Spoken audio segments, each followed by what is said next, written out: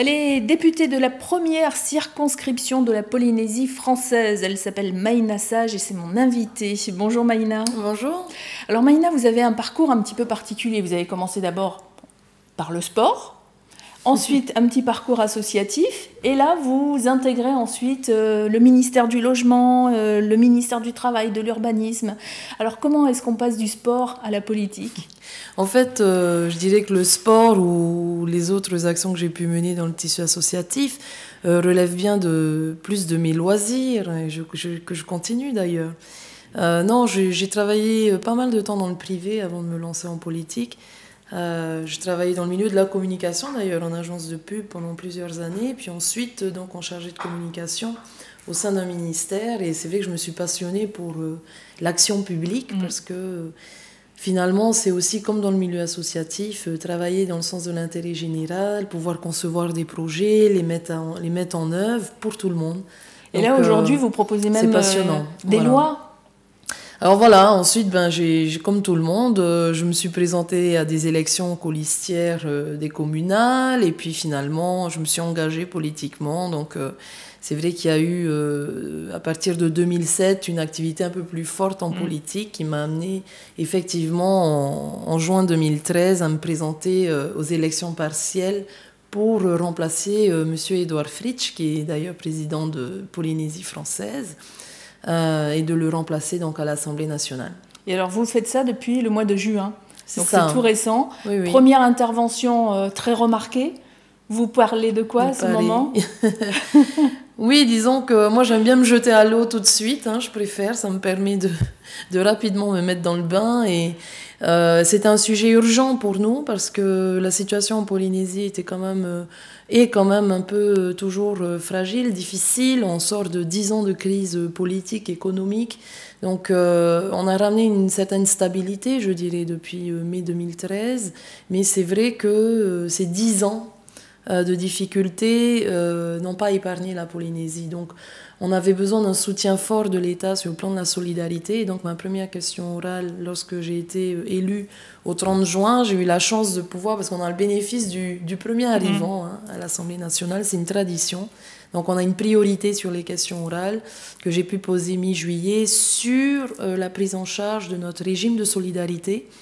En tout cas, pour une partie, bien sûr, de ce régime. L'État finançait en partie ce régime jusqu'en 2008 et s'est arrêté brusquement, comme ça, du jour au lendemain, de le financer. Donc, on est revenu un peu à la charge sur ce sujet et on continue d'ailleurs. Bon, et donc c'est pas fait, c'est encore sur le feu. C'est encore sur le feu, mais c'est en bonne voie. Bon. C'est en bonne voie. Alors il y a un autre dossier également sur lequel vous avez travaillé depuis que vous êtes députée, c'est le tribunal foncier. Alors pour celles et ceux qui ne savent pas ce que c'est, qu'est-ce que le tribunal foncier ? Alors en fait, c'est une chambre des affaires de terre, on va dire. La Polynésie a un statut, c'est vrai que tout le monde ne le saisit pas toujours, mais on est une collectivité territoriale française, donc nous avons une certaine autonomie. Nous sommes compétents dans certains domaines. L'État reste présent pour gérer, on va dire, les compétences dites régaliennes, c'est-à-dire la justice, la sécurité, la monnaie, voilà, ce type de compétences. Par contre, pour tout le reste, on a une autonomie fiscale. On décide de nos politiques sociales, de santé, d'éducation. Alors l'éducation, c'est encore partagé avec la France pour garantir aussi la crédibilité des programmes et des diplômes et faciliter aussi l'arrivée de nos étudiants.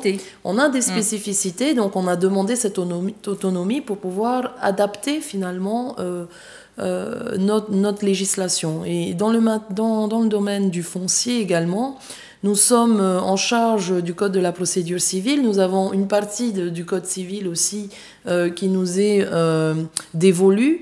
Toutefois, il y a un gros problème en Polynésie, c'est la question effectivement de la sortie d'indivision.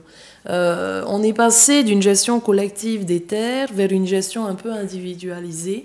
Donc ça, je remonte à 2 siècles maintenant, avec des lois tahitiennes, dites tahitiennes des années 1840, qui ont été plus ou moins adaptées pour faciliter finalement une certaine appropriation moderne de la terre. Ce qui n'existait pas effectivement à l'époque. Ce qui n'existait Avant pas. le foncier en Polynésie, on ne disait pas, voilà, toi tu as ce bout-là, toi tu as ce bout-là. Il y avait des grandes langues de terre qui correspondaient à une chefferie. C'est ça, et c'était une gestion collective. Il y avait effectivement un chef qui disait telle famille va à tel endroit, et voilà. D'ailleurs, ça s'étendait, et c'est bien de le rappeler parce que ça fait toujours partie un peu du concept, c'est que nos terres allaient jusqu'à la barrière récifale. Donc, elle intégrait aussi le patrimoine naturel marin. Oui, du sommet de la de la crête. Elle suivait les crêtes souvent, voilà. Donc, bien entendu, ramener dans le concept d'aujourd'hui, dans le cadre d'aujourd'hui, c'est extrêmement difficile de sortir de ces indivisions parce qu'il y avait une certaine propriété, mais il y a beaucoup de revendications et ça reste un souci aujourd'hui, un frein finalement pour des ménages parce que comme tout le monde, en tout cas en Polynésie, tout le monde souhaite pouvoir s'établir avec sa famille, son lopin de terre, son petit lopin de terre, sa maison. Et bien entendu, ces problèmes d'indivision freinent le logement de nos familles polynésiennes. Et puis je dirais même que pour le pays, c'est un frein également. C'est un frein au développement économique parce que parfois on a des grandes étendues que l'on ne peut pas exploiter parce qu'elles sont toujours en situation d'indivision. On peut parler par exemple de quelques projets de route qui ne se sont jamais réalisés parce que les terrains avaient plusieurs propriétaires et que ça n'avait jamais été partagé réellement, quoi. Exact. Alors, pour terminer sur le tribunal foncier, c'est une disposition qui était introduite dans notre statut de l'autonomie. C'est pour ça que je parlais un peu de cette vision statutaire de la Polynésie depuis 2004. Il nous fallait une ordonnance au niveau national pour mettre en œuvre ce tribunal. Effectivement, parce que la justice est une compétence d'État. Donc les moyens dévolus pour ce tribunal sont de compétences d'État, avec des moyens financiers de l'État. Ce qui n'avait jamais été fait. Donc nous sommes ravis qu'au travers de cette loi sur la modernisation et la simplification du droit et de la justice qui vient d'être votée à l'Assemblée nationale, on a pu introduire finalement la réelle mise en œuvre, l'effectivité de ce tribunal. Donc Madame Taubira doit se rendre en Polynésie d'ailleurs. Très bien, mais quand vous parlez du tribunal foncier à l'Assemblée nationale, comment les gens autour de vous réagissent? Parce que est-ce qu'ils n'ont pas l'impression qu'on fait un pas en arrière en le mettant en place? Au contraire, ils savent qu'il y a une population en souffrance. Ils savent que c'est quelque chose de très attendu en Polynésie.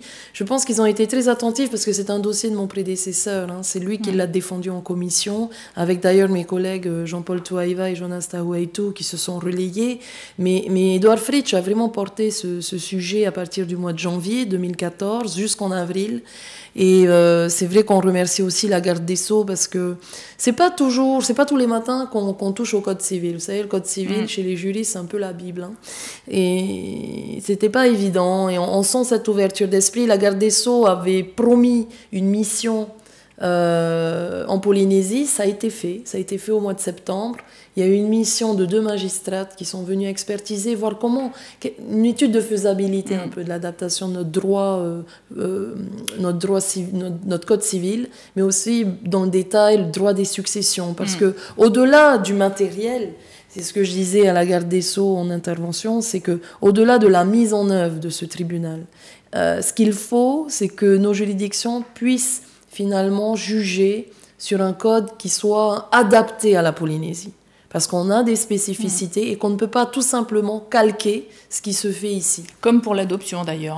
Voilà, il y a plein de sujets sur lesquels vous pourriez revenir parler. D'ailleurs, vous êtes une invitée parce que vous rentrez en Polynésie, mais vous revenez régulièrement pour présenter les dossiers.